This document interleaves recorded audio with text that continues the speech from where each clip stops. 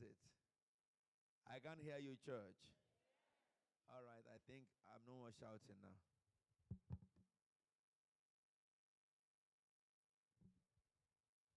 So yesterday we looked at some interesting things, isn't it? What was my first statement yesterday about marriage? Marriage is what? A responsibility. What's the second thing I said you must not forget? The responsibility came from, all right? Marriage is a responsibility, and this responsibility came from God. It is God who imposed it on man. So for any man to be successful in what God has imposed on you, you can only be successful without God. That's the reason why any marriage without God is a marriage that is built on straw. The wind will come and it will fall flat. Now, haven't we understood this? We also looked at marriage being God's idea and not man's idea. And also I told you about the wife is your missing rib. Yes? And then I told you about God is the matchmaker. How you must be careful to choose who you marry. And I remember when I said to you men that, young men, don't ever give in to any woman that comes to impose or push herself over you. They won't be good wives. The one that is going his own way and you go for is the one you can rely upon. Because if a woman pressure you into marriage, she will pressure you throughout your marital life in control. And I told you girls also, don't marry a boy who just love you because of the way you look. Because that your look will soon change. And if your look changes, if that's all what attracted him, attraction dies. On the day look changes. So we recognize, therefore, also that God is a matchmaker. And I told you, don't marry for compassion.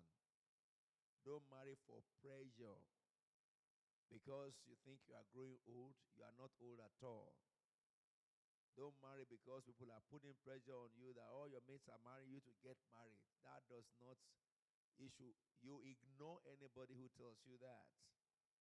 Because God is the matchmaker.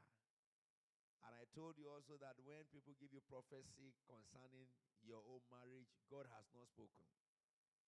If somebody tells you that I saw you marrying to this person, God did not speak. Why? Because if God wants to reveal about you, it's not to another man, because it's your own life. God will reveal it to you first. After God has revealed it to you, this is how revelation works. If you do not act, God can now reveal to somebody else to confirm what he has revealed to you. I believe you get what I'm saying? Because this matter of God told me or God revealed to me in the church of God is so much that many people cannot understand that sometimes it is their own spirit that is speaking, not God. And I told you that God does not have to give you a vision. You may receive the knowledge of who you will marry by word of knowledge. You may have a conviction in your spirit. But what happens is that when you meet the person you marry, you have a total conviction. You will not have any reservation. Because sometimes you meet people and you have a reservation, but you cannot place your finger on what exactly you are suspicious of. Such, hold it, don't go ahead if you are not married yet. All right? So that until you have total clearance, so that you will not be a victim. So you don't marry because you are getting old. And I told you that if you get your person you marry old, the better for you. Because you are wiser. And you are able to know what you really want the older you are. Not what you think you want. So to be growing older and not have a person to marry is a blessing.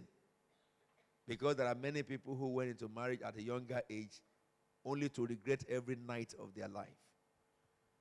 And so that's the reason why no adult must ever in your life, father or mother or uncle or auntie or what else they call them, grandpa, great grandpa, put pressure on anyone who is your son or your daughter about marriage. You must never, it's a grievous sin before God. You can only pray for them. You cannot pressure them for marriage. I don't know how that got to my table. Is he a man who brought it to an angel?